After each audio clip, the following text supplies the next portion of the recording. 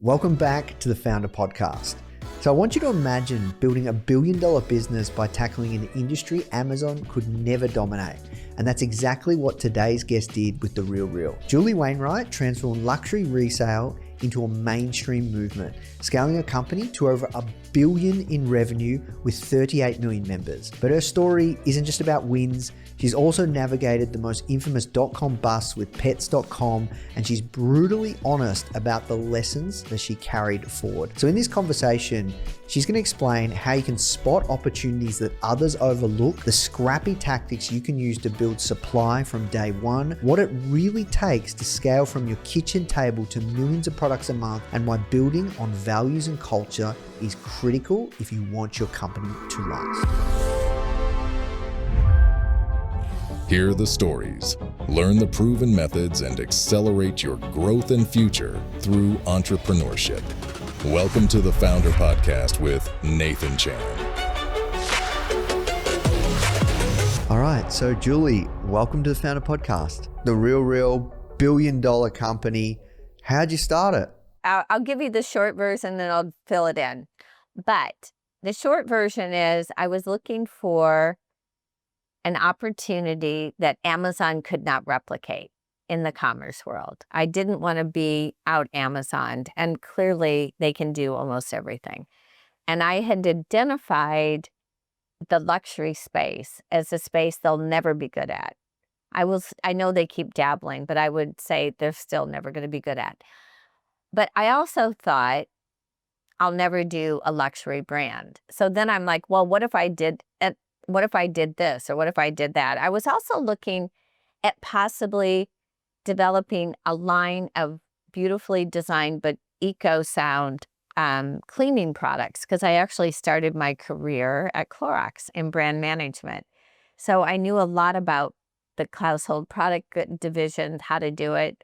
But I thought I'll sell it online. It'll be eco-friendly and also beautiful bottles, not looking so clinical. But I thought, okay, I don't know if I want to go backwards in my career. Maybe there's something I can do that's really more technology driven, not just leveraging the internet. So then I had other categories. I was pretty sure Amazon would struggle, but I mean, there's just not that many they're going to struggle, because they can basically throw enough money at anything. So then that was in August, September. And my personality is such that I kept looking and looking. And then I'm just like, you know what, I'm just going to let it go for a moment here. Then I'm shopping with a girlfriend in a boutique, and they had a little bit of luxury consignment in the back. It was a full price boutique. That's where she shopped. And I've shopped with her before, and I've never seen her do that before. So then I was like, oh my God, look what, and by the way, this is a venture capitalist. She has a lot of money. She can pay full price. So we get out, and I'm like, what happened? You just bought previously owned things. She goes, I just bought Louis Vuitton, Gucci, and Saint Laurent at a great deal. And I go, it didn't bug you that someone else wore them before? She goes, not at all. I go, well, how do you know they're authentic? She goes, I trust the owner. She knows who gave these to her. And then I started, have you ever shopped on eBay? She said, never would. Too many fakes. Have you ever been in a consignment store? I would never walk in one. She said, I don't like them. I don't like the experience. They're kind of gross. This is back then. And I said, have you ever consigned? She said, no. And I knew right then, the light bulb went on, and I'm like, I said, and why? It's too hard. I don't have time. So right then I set up the whole tenets for the business. And then the next thing I did was size the market to see, and it's hard. It was harder to size than it is now. Size what I thought I could find that eBay was already doing in the luxury space. And then I tested every vehicle for selling handbags, jewelry, clothing. And they were all so subpar, especially selling jewelry, because I had to walk into a pawn shop, which I describe in my book, Time to Get Real, because it was so creepy. It was just so creepy. And one of those things where she kept trying to tell me that if I didn't agree with her price today, tomorrow it could change. And I had a Cartier watch and how it had gone out of fashion. It was 2 years old. And I kept thinking, it's a watch and it's Cartier. She's like, nope, no one wears these anymore. It's only 2 years old. And anyway, but she kept basically she wanted to degrade my product so she could get a better price. And even when I left, she goes, this price is only good for one day. I'm like, okay. Anyway, I walked out of there thinking I can kill the competition. This is a big market. The internet will bring all the economies you need and the size. And the next day, within 2 months, I called the owner of the boutique and said, do you want to do this with me? Because she had been a tech entrepreneur at one point. And she said, oh, sure, let's set up a meeting. She was clearly not that interested because by the time she set up the meeting, I had a name, I'd raised money, and I was moving on. And just as the world goes, 5 years later, she came back and wanted to work in the company. We didn't have a job for her then, where she could have, but that happens. That's just missed opportunity. But that's it. It was like having some framework in my head, having no solutions. And I had shut down that luxury idea, but clearly not all the way, because there you go. Then all of a sudden I had like there it was. When I saw it, I'm like, that's it. And then I always saw this idea, which is proven to be true, at least in the VC world here that I deal in, the venture capital world I deal in. If I got that idea, someone else was picking it up too.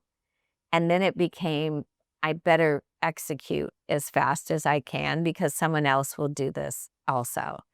And I better move fast and make sure that I put a nice barrier, competitive barrier. And sure enough, in the same time frame, Poshmark, which is a company that was then sold, was started. ThreadUp, which is sort of a low end, they do all the work for you, but really low end, like $29 price point, started and got funding. Another company called ThreadFlip, which could have competed directly with the RealReal, went out to get funding. But in my observation of ThreadFlip, they focused on the wrong thing. Just put that out there because we'll go back to that.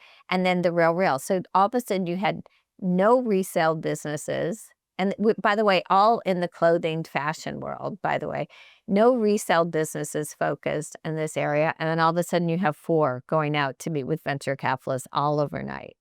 It was pretty wild. Yeah, there you go. And when was this? That was I didn't start raising money to 2012 because I wanted to get the business in shape. And also I didn't, the RealReal was such a new concept that I didn't think it was going to be easy to raise capital. So I got the business to $10 million on seed financing before I raised venture capital. And that worked out really well. So 2012, I would say all of us are knocking on the doors trying to get capital. And all of a sudden they're seeing no resale businesses. And now they're seeing all these new ones come out at the same time. Hey Foundr fam, I want to take a quick break from the conversation to talk to you about something super exciting. We're officially partnered with Omnisend, the email marketing and SMS platform built specifically for e-commerce founders. We've been recommending Omnisend to Foundr students for a while now because it just works. Whether you're launching your first store or you're scaling to 7 figures, it really helps you automate your marketing and get real results. Did you know on average, Omnisend customers make $68 for every $1 they spend, which is an insanely good return on investment.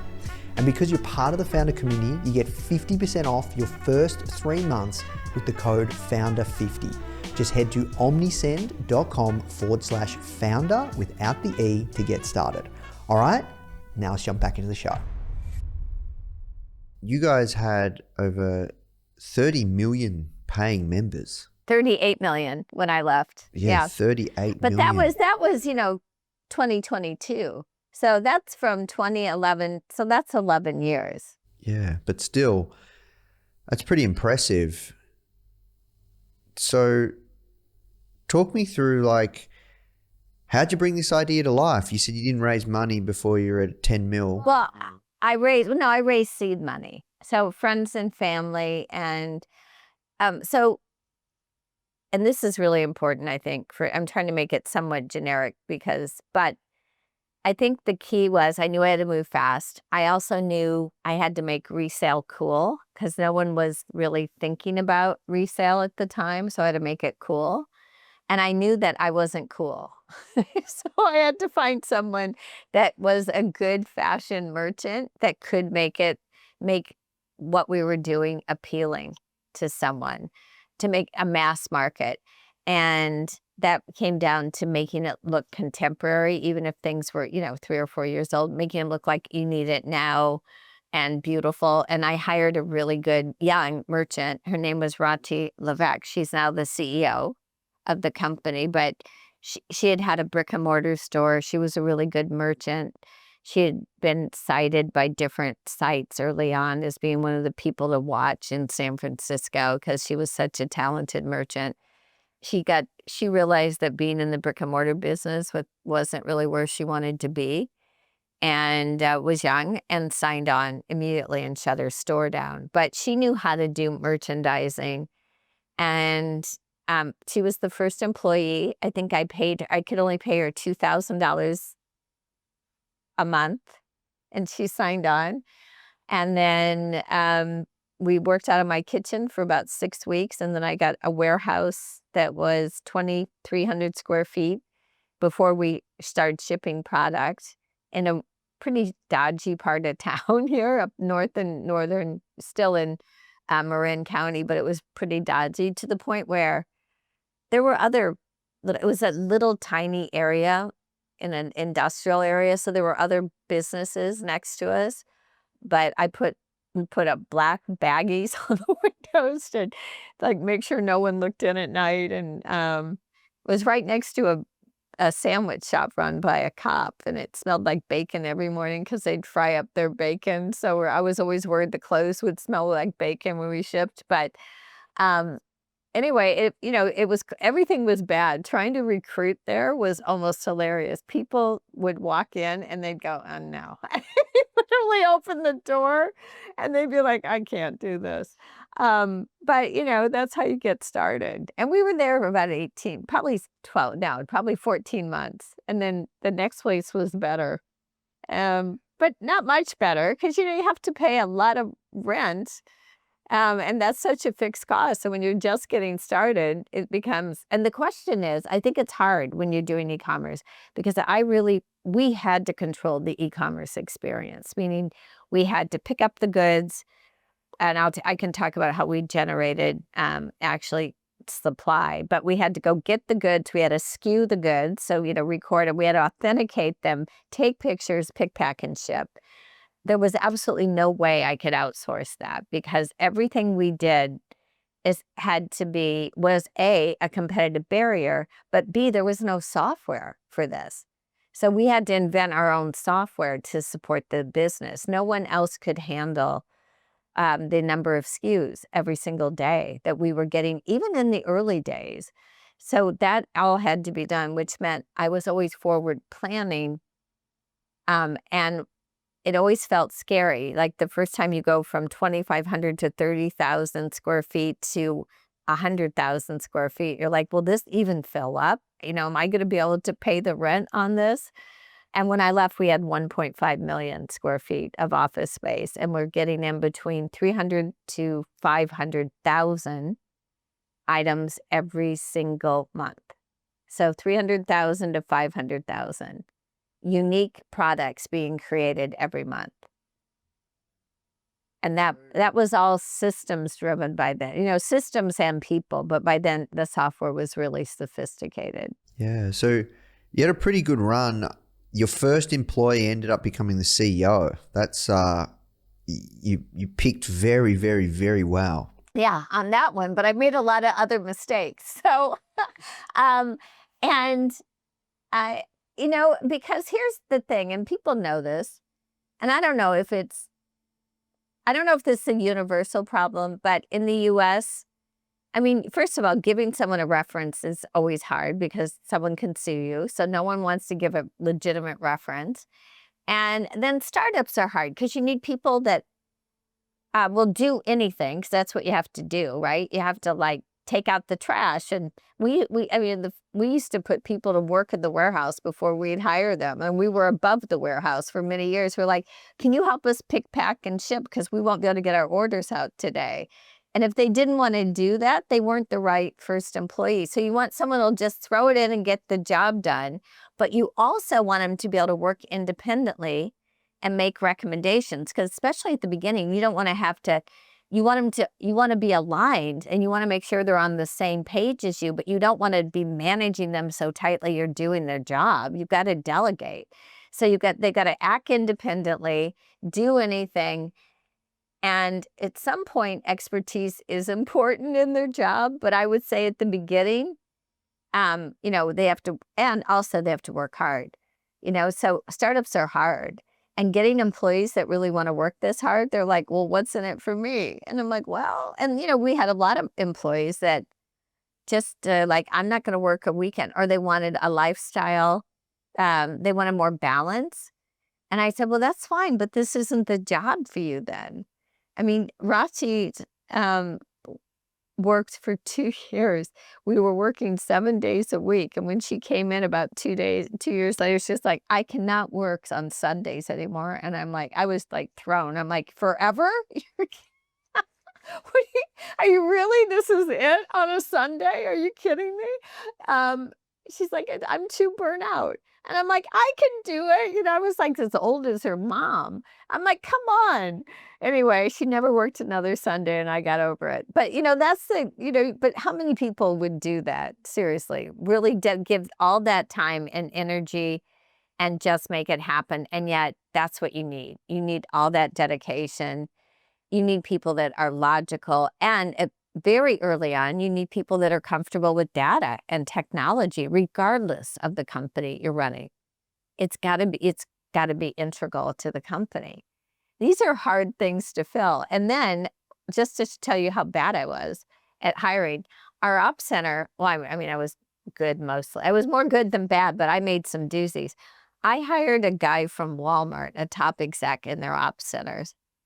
He was the worst. He I mean, he just sat in his office and did charts. I'm like, are you seeing what's happening? We went from so think of product coming in every single day, and consigners wondering when their product's going to be listed on the site, because you have to open the box, you have to authenticate it, you have to photograph it, you have to price it, you have to, in some cases, all pictures are photo edited, which we mostly for light balance and cropping, which at one time we didn't have our own software solution, so we'd be sending that overseas, so that adds a couple days. So you send off something or someone picks it up, your items disappear. You don't see it on the site for maybe 2 weeks, especially if you're a new business. So like, where did my things go? Because we had to change consumer behavior too. So it took us usually 10 days. We'd try to set expectations, 10 working days, then it'll be up on the site. And this guy was not managing the team, was not staffing properly. And we went from a 10-day time to an 8-week time to get your things up on the site. And the company would have died, because the other thing we were doing is pricing optimally, which meant that 90% of all products will sell through in 90 days, with the idea that you can keep your ops centers. You don't have to keep scaling an ops center just to store product. You're actually scaling it because you have real growth and you keep the product flowing.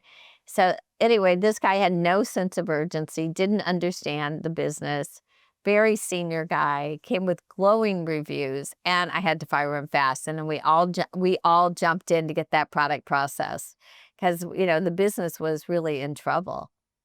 And it doesn't take long for something to go awry in a startup. It's sort of like you try to give people some autonomy, and you look back in 3 weeks, and all of a sudden, like, we're in trouble. We gotta do a reset. Especially when the company went from 10 million to 20 to 50 million. This is top line revenue, to 100 million to 250 million to 500 million to 750 million to $1 billion. Yeah, so you hit $1 billion in revenue in what, sub 10 years? Right. That's crazy growth. It is. It was crazy growth. And especially given the fact that we had all that back end ops side. So our limits were really size, our physical space for processing, and people, not demand or supply at one point. So talk me through how you got the marketplace started, right? Because a lot of our founders, I was sharing offline why I was really excited to speak with you, is a lot of our founders, they want to create a brand like you originally wanted to. You wanted to create a consumer-facing brand and, order the product, manufacture the product, build an audience, build a community, build customer relationships, and they'll come back. But you took a bit of a different spin in the physical product space. You basically built somewhat of a general store, but it was a two-sided marketplace and built a massive, massive, massive business. So how did you seed product? Like what came first, supply or demand? No, it was absolutely supply. And my premise was at this early stage, having a basic e-commerce platform is good enough. But it's also 2011, 2012. And it's all going to be about supply. So I'm going to not put that much money into technology now. I'm going to put money into generating supply.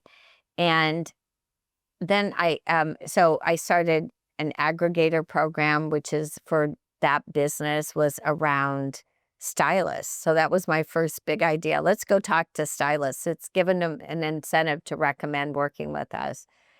So that was it. I did direct mail, of all things, mailing postcards into high income mailboxes through postal service, just really cheap cards. They cost I think the whole thing was less than 30 cents to get that postcard printed and mailed into a high zip. Some of these little communities have free newspapers. We're advertising in those, free to the user. People just get it thrown on their doorstep. So we're taking out full page ads in something like the Beverly Hills Courier for $1,000. And it started to work, but it was a slow go. The first thing we did was go to our friends and then friends of friends. Hey, we're starting this business. We want to resell. We'll pick it up. We always had this idea that we'll go to your house and pick it up. Don't worry. And then everything was done in a spreadsheet that we'd bring in. Every consignor needed a unique ID. So we had systemized that database because we had to pay someone. But for the general pickup, we had the unique ID, and then everything went into an Excel spreadsheet. About a year later, we had an app for everyone, and it was much easier. But we got started really rough, and we said we'll go pick it up. So the first sale, when we first opened the virtual doors, it was mid-June, and we had enough product to put groups of 30 products together every other day for 6 weeks. Thinking that, some products will roll over. So what happened was the first sale, everything sold out in 20 minutes, gone. And then we're like, uh-oh. And we were going into summer, which means getting people's attention or knocking on doors or doing any kind of marketing felt hard. And we really thought it was going to be bad. And by July 10th, I'm like, I don't know how we're going to get through the summer because everything was selling and you needed to make it look bigger than it was. So doing anything less than 30 products every day felt bad. And then we got a call. And I had assumed that my stylist program wasn't getting the right ears. It wasn't working. So I kept going to LA and knocking on doors. But we got a call from a stylist and said, in July, my client wants to clean out her warehouses. Can you send someone with a truck? And we're like, yes, we'll be there tomorrow. What size truck? And that got us through the summer. I think we picked up 600 or 700 things from that one client. Well, we didn't pick it up. Rati picked it up. I said, no, I'll stay here. And listen, it was so bad. We had a summer intern. I had a part-time CTO. There was me, there was Rati. We had another person who was just a friend who would help us with customer service and pick, pack, and ship. And that was it. So we had a 17-year-old summer intern working with us because it was a friend of a friend. And obviously we were going to pay her, but almost nothing. I had to call her mom and say, can she spend the night in LA and help? Because the other thing this celebrity did, we did get those goods, but she wanted to try everything on again one more time. So it wasn't like just load the truck and inspect it. It was like, try it on. And because the RealReal doesn't take everything, we only took certain things. Again, we were a curated luxury market. Some things we rejected. And I wasn't there, but supposedly she would try on everything. She had the Razzi and the student sitting in her living room. She'd come out, what do you think of this? And we're like, then they would always go, it's up to you. And then she would model, and that went on for hours. I mean, 600 things. It went on for 2 days. And then they'd have to tell her, well, we don't take that brand. And then she would throw it back in there. So then we're like, oh God, we better just, it was so bad. But it got us through the summer. And we got shoes and handbags from her. And then that stylist told other stylists. And then, then we just cranked up the advertising. But it really was postcards and local newspapers, and then setting up an affiliate program to get people to help us do it. And the affiliates in this case were the stylists to begin with. Later on, there were other people. But it was rocky. It was really rocky. But it was clear to me that first sale, if we wouldn't have sold out so quickly, maybe I would have had a demand problem. But it was clear we had a supply problem. And that's where I always focused, on the supply. Now, that other company that I mentioned, there was Threadflip, that probably could have given us a real run, but they did self-posting, and they did, we'll pick it up for you, or you can send it in. They didn't have a sales team. They focused on technology. And they had a better technology solution, but they had the wrong model. And, at some point, we just killed them. They never made it past Series C. But, a lot of people lost a lot of money on them. And when did you introduce the membership concept? Because I think that's really clever. Well, we always had the gate from day one. So you always had to sign up. And that was because we were worried about letting people know. And so we had two things from day one. We had one thing from day one. We always had to sign up. We always had a gate. And people would grouse about it, but then we got their email, and we didn't have to give an incentive. About 2 years later, we did something called First Look, which means the people that were really dedicated would pay up to, I think it wasn't even that much. I think it was like $20 a year just to get in 3 days before anyone else on a sale. And that was just money going right to the bottom line. So it was pure profit. And I remember we had, whenever you get marketing people in, everyone's got an opinion, right? And sometimes they're good. But most people in marketing have an opinion. That's what they're paid for. Some of them are trained opinions. Some of them, anyway, an opinion, everyone's got one. Let's just leave it at that. So whenever we'd get a new marketing person, like, I hate this First Look. It's ridiculous. There's only, I think at that time, there was only like 2 million members. And, this is, and I'm like, okay, do me a favor. Find a way to replace that money right to the bottom line. You can kill it. If you can come up with some other way that just is pure cash, then I'm happy to kill it. If you can't, then we're leaving the First Look. And of course they never did, because it was, we're selling access, not selling products for that. The margin was 100%. So it's really clever. I have to ask, so you eventually listed the company on the Nasdaq. How much did you make from that? Well, all right, I'm plugging my book here. In my book, Time to Get Real, I talk about, which is true. I mean, you're blocked from selling for 6 months. And then, because we all have insider information, then we can sell in an open window. And that's it. But you sell with you just put your sales forward, and anyone can sell, including me, but anyone in the executive team had to actually 6 months ahead say how much you were going to sell. And you had to do it how often you're going to do it, when you're going to do it, and you had to give it out, and it had to be filed with the SEC. So consequently, I don't think I ever sold on a good day. How's that? So, but on paper, I was worth a lot. In actuality, I did great. So on paper at day one, which caused some problems in my relationship, but it was paper. On paper, I was worth more than 100 million. But then on reality, it was it was better than half that at the end of the day, but still, it wasn't 100 million.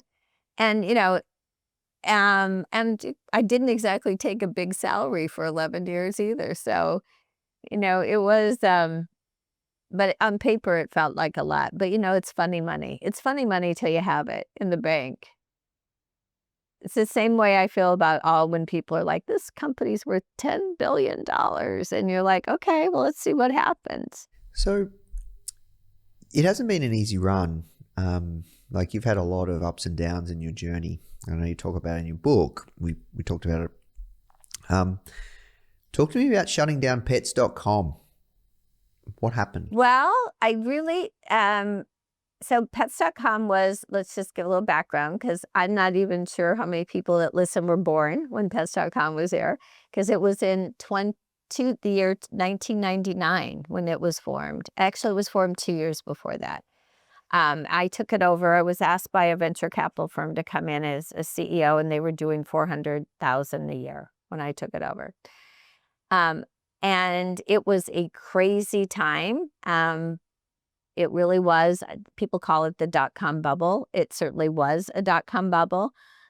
But if you look at something like Webvan that raised $1.2 billion and shut down, they really were the precursor to Instacart or DoorDash, any delivery system. More Instacart, but it doesn't matter. They were setting up to be your grocery, basically your grocery stores, your groceries delivered all the time. Too early. Pets.com there's Chewy.com. And 15 years later, I think, is when they introduced. And Pets.com really was the precursor to selling all pet supplies online. And we were too early. And really, the interesting thing is, that's also when Netflix got started.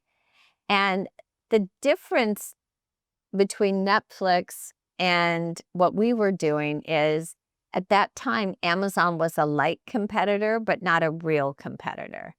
So when Amazon announced they lost almost $1 billion in their last quarter in 1999, the markets just said, that's it. We're not funding. That's it. If they can't make money, and they lost $1 billion in one quarter, the door shut, the window of funding shut. And I was running Pets.com, and I was the last company to go public with that company. I had just taken it public, and all the money dried up. We didn't have a great public offering then.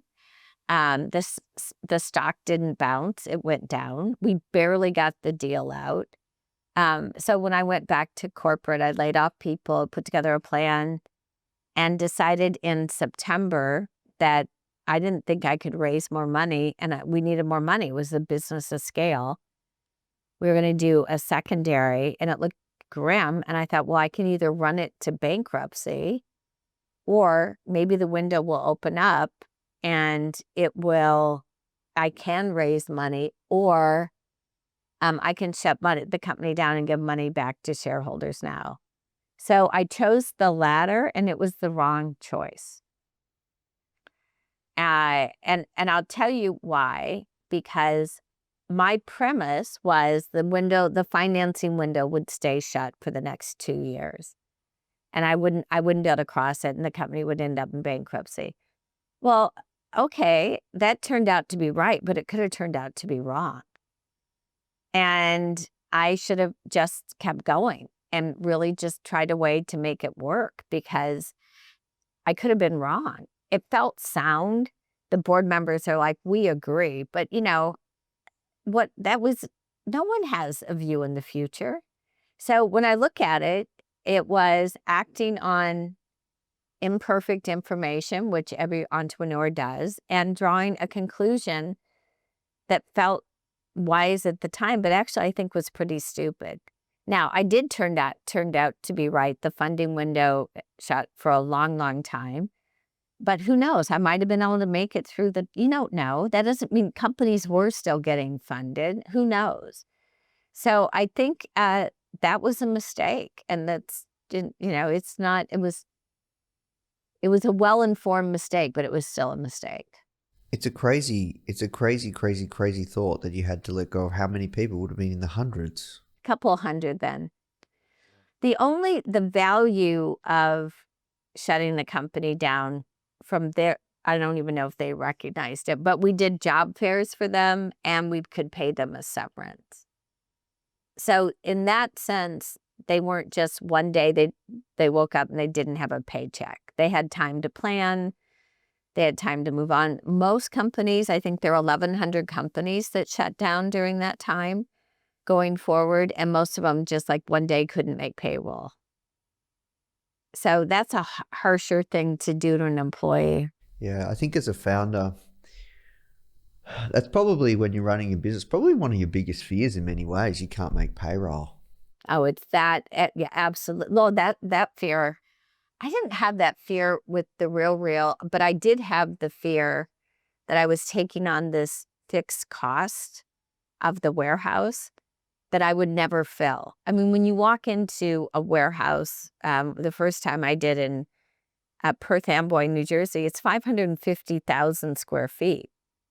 And the one before it was only 150,000. And you're like, can we do this? Because is that the right number? And it feels daunting. And, the rent's expensive. Then you think of all the people that need to be there. And even though, it was built to plan, that scared me more than the payroll, because I got a little hardened on the payroll. I'm like, well, I lay people off. I can pay them half price. You know what I mean? As time went on, I'm like, okay, I know I can treat that as variable. This other thing, I can't. It's a fixed cost. Hey guys, I really hope you're feeling inspired from today's interview. The truth is, there's never been a better time to build an e-commerce business. And the best part is, you don't need to do it alone. That's where Foundr Plus comes in, which I'm really, really, really excited to share with you. If you are feeling stuck in your e-commerce business, lacking the confidence to really move forward, or you're worrying about making costly mistakes or how to drive your sales, Foundr Plus is here to support you. You get access to a customized learning pathway with proven frameworks from successful e-commerce founders for fast results, a supportive community. We have weekly live mentorship and workshops, and exclusive savings on startup tools, and 24/7 real human support. You can try Foundr Plus today for just $1 for 7 days so you can accelerate your business goals. Just visit foundr.com/start $trial or click the link in the description to claim your trial. All right, now let's jump back into the show. It says a lot about somebody's character, not because you decided to let all these people go, but you were able to endure that. I never forget one of my mentors, I was interviewing an executive that had to do something similar where they had to, I was looking to interview an exec, listed company, and they needed to make their targets. And, even though he was hitting his targets from a top line perspective, it come from the very top, you need to let go a decent proportion of your team to get the profits and to make the margin. And he didn't plan for it. He let go of really good people because it was a decision top down. I never forget, one of my mentors said when we were interviewing, he said, I have a lot of respect for somebody that has to do something like that, to endure something like that. It's one of the worst things to have to front up convince people to come and join you and then to let them go out of the blue? Oh, it's horrible. Look, it's horrible, but also the press was really personally mean to me and pretty horrific. Yeah, pets.com's like a historic .com boom. I know. And I still get calls about it. And I usually have to say, it's sort of a rude question, but I'll ask the person interviewing me what their age is. I just did it for Bloomberg and he said he was 40. I'm like, okay, so when pets.com was going, you were 15. Let's just talk about the world when you were 15. You know, the world's changed quite a bit and it was too early, but it was, it was horrible. And personally, one of the reasons I knew I couldn't go out and raise capital again easily was the RealReal was such a novel concept that I knew I couldn't take something like, even if I had 500K. The combination, I had pets.com in my background as the failure.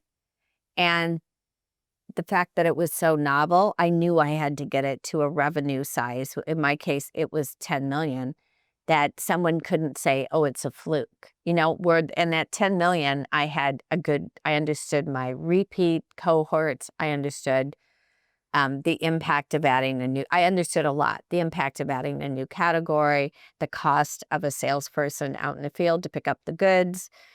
We had not even entered New York City then, you know, so I could actually give a really good financial outlook going forward with some cohort information that was valid.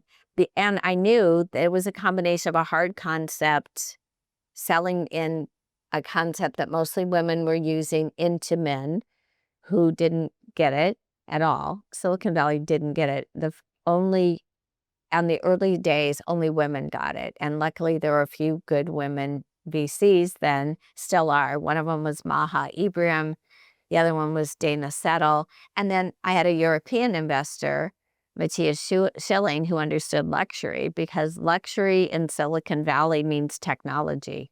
Doesn't mean Louis Vuitton or Chanel or Prada. So, you know, it was sort of a really tough sell, but having pets.com in the background made it twice as hard. Yeah, but they say in Silicon Valley, you're more likely to raise money if you've failed. Yeah, tell me who says that and who does that. That's what they say. I want to meet them. I know. I've heard it all. I want to meet those people. And also, tell me someone who likes losing money. Come on. But it does make sense. If someone's got a chip on their shoulder, it does make sense versus they're green. You know what I mean? Yes, but you're not talking about people who make sense. You're talking the frontline people at Silicon Valley are young men, tend to be young men between the age of 26 and 30 that want to be a partner someday.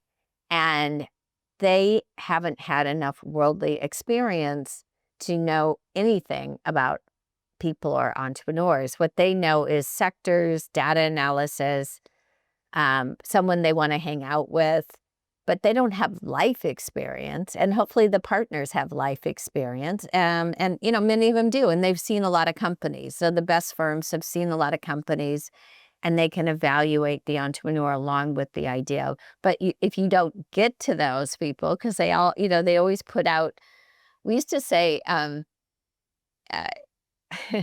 a flake detector. So they put out human flake detectors. But you know, when we were selling, when I was started my career at Clorox, but then I went to software publishing, and we were selling, was one of the first software companies. And we had a product called Harvard Graphics, which was the first presentation graphics program. And we were selling into a lot of large corporations.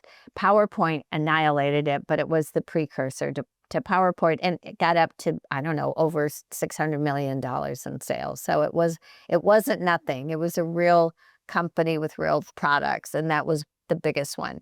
And if this person would like say, oh no, I'm a hot lead, we'd give them a sales sheet. We'd call it the flake detector. If they followed up, great. If they didn't, then, because we didn't recognize it. So in a VC, they have human flake detectors. They're paying these young guys to interview people. They all know their sectors. I mean, they're not unconscious. They're smart people. They're just not deeply experienced people. And that's how they learned. But you can't get past those guys. And so they don't have they may know history, but they didn't live it. And honestly, quite a few of them are on the spectrum. So they're not always good reads of people. They're good reads of ideas, maybe, and technology. So I want to work towards a different narrative. You wrote this book.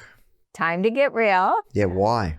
Well, first I had a publisher bugging me for a long time to write it. And I thought, well, it'll be good. It'll be a nice catharsis. There's another weird thing that was going on at the time when I was at a decision point. Should I write a book or not? And that was people were telling my story, and they weren't talking to me. And that's a weird thing. It's like not, and there's nothing you can do about it, because in theory, I'm a public person, but I'm not like a public person. I'm not that well known, but I'm well known enough that I can't stop people from telling my story. And I thought, no, I should tell my own story and not let other people tell my story. I mean, someone on LinkedIn was trending with 1.5 million views telling my story. And I'm like, well, I don't know this person. I read it and I'm like, well, most of this is true, but it's not all true, and it's not me telling it. So that's what got me going. And then, even then, I wrote it, and it's very honest. It has a lot of lessons. It talks about what I did right, what I did wrong. I think it's a really good handbook. I wish I would have had it before I started the RealReal. I wouldn't have made those mistakes. I would have made other ones, but I wouldn't have made those. But I thought, okay, but I do call out people in it. So I do have names in it, and the publisher knew I was going to do that. And they wanted to publish the book, but then when it came time to it, they got a little worried, and they're like, well, we're going to, if our lawyers don't feel comfortable with this, all these names get taken out. And all this, we'll just cut out this section. I'm like, well, that's not the book I wrote. And look, I'm not throwing anyone under the bus. I'm telling the story. Some people thought I did, but I don't. I mean, I just this is what happened, and I'll tell who it happened with. Anyway, so I thought, you know what? I don't need it published, because it was all this and I understood all of a sudden they became risk adverse, and that's fine. The publishing industry is weird. I'm like, I don't need to write it. Then I'm in England visiting. I was going to Wimbledon. I felt very lucky. I like tennis. So I was going to Wimbledon, and this young porter at the hotel I was staying at, the second day, he said, Miss Wainwright, I know who you are, and you've been a real inspiration to me. I hope you write a book someday. I never saw him again, and I thought, I have to write it. So if you want to know, I wrote it originally because I had pressure to write it. Then I wrote it for myself. And then I decided to move forward in publishing because I wish I would have had it. And I think some people will find it inspiring, and some people won't make the same mistakes that I made. So that's why I wrote it. And also, the last great business book I read was Shoe Dog. And I love Shoe Dog. If people don't know, it's the story of how Nike was created. I thought I was real, the end of the story, but I'm like, oh my God, is he going to make it? And of course, your head's going, oh, he's going to make it. But it walked you through the trials of being an entrepreneur. And when you're reading that, an entrepreneur is a hard job in many ways, because it's lonely. It's a lonely job. You're out there doing it by yourself. You've got to rely on yourself. You may have great people around you. You may have a good board. You may not. But at the end of the day, it's you, or, it's your idea, it's your vision. And it can be really lonely. And when you read about other people, and it's never easy. It always looks easy in retrospect. It's never easy. I don't know. I feel like it was inspiring for me to read that book. And then I read a couple other entrepreneur stories in an aggregate book. And I thought, oh, you know what? I wish because sometimes you just feel alone. You've got the weight, you've got, especially if you take money, you've got that responsibility, you have the employee's responsibility, and you really want to succeed at it because that's what you're doing every day. You don't want to fail. You want to go out there, you want to kill it. Working with consumers is hard, but you want to kill it. So you've got your own ambition. You don't want to fail yourself. You don't want to fail your employees. You don't want to fail your investors. And, all kinds of stuff happened. I mean, look, the RealReal was heading toward $1 billion. It was growing 40% year on year. And then we had to shut it down because of COVID. And we weren't a self-posting site. And all of a sudden we were going 40%, and then we were public. And then all of a sudden we're down 40%. I mean, who could have predicted that? We had an 80-point swing in 1 month. And we spent the next 2 years in digging out of that hole. But all I'm saying is it's so important, I think, for entrepreneurs to help each other and tell their stories. And it's such a hard but great job when you create a company that works and when you take the risk, and it's lonely. And when people read, I mean, look, I used to fall asleep. Well, I used to take Ambien. I used to take sleeping pills for a while until a doctor's like, "Are you nuts?" So I'm like, "What?" And I just said, "Okay, I went cold turkey." But I would fall asleep answering customer emails. And I'd wake up, I'd have like a pin stuck in my face and have that dent on my face for about 4 hours the next day. And it's like, that's just the way it rolls. My relationships fell apart. And I was sort of okay with that, oddly. I'm like, okay. But it happens. If you do that, if you focus on your career, it happens. If people aren't on board and, you only have so much you can give, sometimes things happen. No, look, it's the highs are high and the lows are low. That's what I say. So we have to work towards wrapping up and telling. I could talk to you all day, Julie. This is a ton of fun, but I'm conscious of time. So talk me through that, like RealReal, COVID, what happened? Well, I mean, the company couldn't collect product, obviously. Wait, let me back up. New York City was the number one market over time. And the Eastern Seaboard was, and so was the West Coast. And the middle was not as important. There were some states that didn't really treat COVID as valid, Florida and Arizona, and pockets of California down south. But it wasn't enough to sustain us. It opened up a little. We did things like people were trapped in their homes. Some people wanted to clean out their closets. Legally, we couldn't run our business, but we would run vans that didn't have our logo on it, and people would run out to the curb, and we started picking things up that we had to strip our logo because we got stopped by the police. I moved warehouses out of California because they were so onerous that we would have lost our business. We were going to move anyway. We needed to expand again, but we hastened that process and got in Arizona. We would process products in our office building, in stores with paper on the windows because the stores were shut down. So we did some things that were bending the rules at best. Probably against the law, those weird laws that went on, but we did what we did. And then we ended up buying overstock. It really wasn't overstock. It was product that never made it to the marketplace because every luxury brand had everybody had the same issue that we did. You couldn't get your products on the shelf. So we ended up buying products that created margin problems. It was just a bad time. So we did what we had to do to get through. The business ended up that year about 7% down versus year ago, 5 to 7, not 40. The next year was a little bit of growth. I think maybe 10 to 12% growth. But to go from going 40% to 10, and the stock went from like 25 to 7 when I was there. So and I think it's at 5 now. So it really needed to recover. So it was a very hard time to maneuver. And I would say for the most part, employees just stepped up and did it. But it was hard on everyone. It's hard on families. It was hard on, we had a lot of women. I think the workforce was mostly 60% women. So then that sort of schooling their kids at home, it sort of wore people out, but we maneuvered.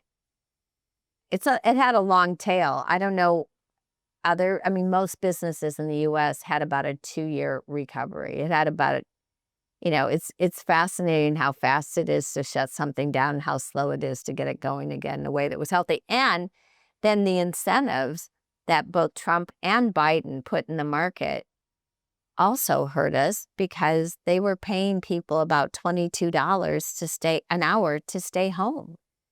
And we were paying people $20 to go into work. And they're like, well, I'm going to wait till they used to call it the Biden bucks. I'm going to wait till my Biden bucks get out. And we're like, oh God. But Trump did it too. So, you have a lot of stuff going on that you have to manage.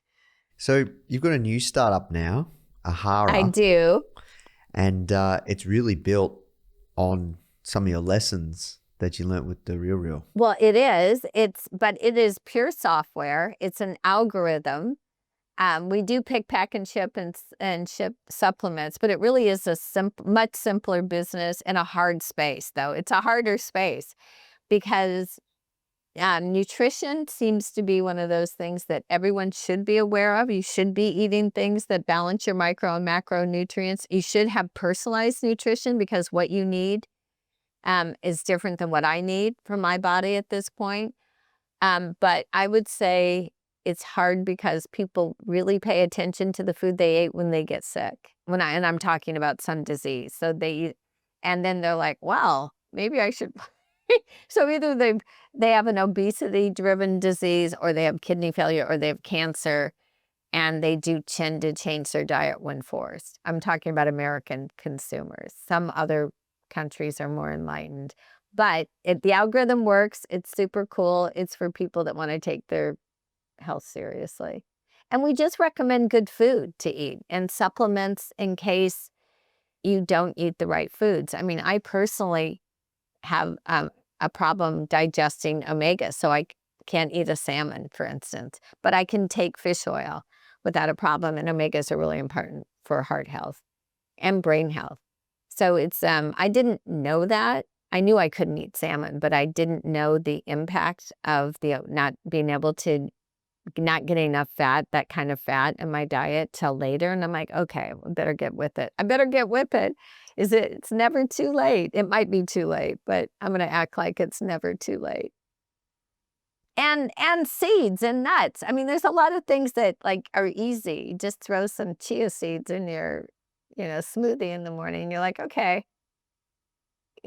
No, seriously though, all my blood work got better. It was good, and now it's considered very good. So, including a cholesterol decline, which I was surprised because I was borderline. I've always been borderline high, and I've never taken drugs. Since the beginning of, I started doing blood tests, and now it's fine. So, just diet changes. Yeah, food is fuel. So, I want to work towards wrapping up. One last question. What's the one lesson from your journey that you think every founder needs to hear? There is no one lesson. There's no one lesson. I would say, honestly, the most important thing either on your board or the people you hire are value alignment. Make sure your values are aligned. And you don't really ask that on the interview schedule, but make sure you value the same things and they're at the right place. So you don't want people on your board that lie. You want people that have integrity and proven integrity over time. You don't want employees that value their free time more than their career, because that's not going to serve you or serve them in this kind of business. It's not the right business. You want to make sure that if you value integrity and honesty, that they're the same. So you really have to do a value check. And I'd say every bad hire, it was a value misalignment. And that's a hard thing to hire for. But bad board members, complete value misalignment, complete misalignment. And you have choices like that. And that's not something I've even read about till I experienced it. Yeah. And I think it's one of those things where in your early days, you just look for the talent, but you, at the end of the day, you spend a lot of your life working. You want to work with great people. Yes, always. And yes, it's really important. And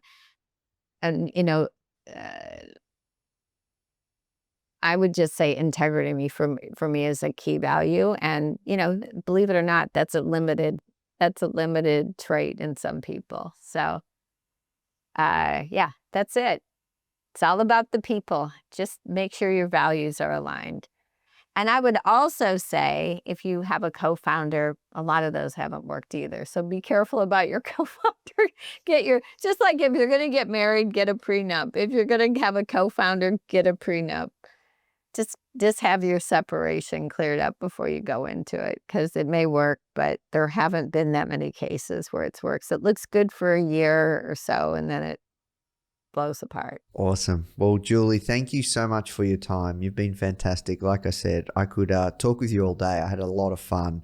And thank you for sharing all of your lessons, the ups, the downs, and really giving back to our community. This is an awesome interview. Thank you. Thank you. Thanks. Hey guys, if you love this episode, make sure to check out my interview with Trini Woodall on how she built a die-hard community of followers backing her every single move with Trini London. The true beauty of our community is that there's a passion, and we inspire a passion for them to make the most themselves. But that community itself fosters, lifting up women.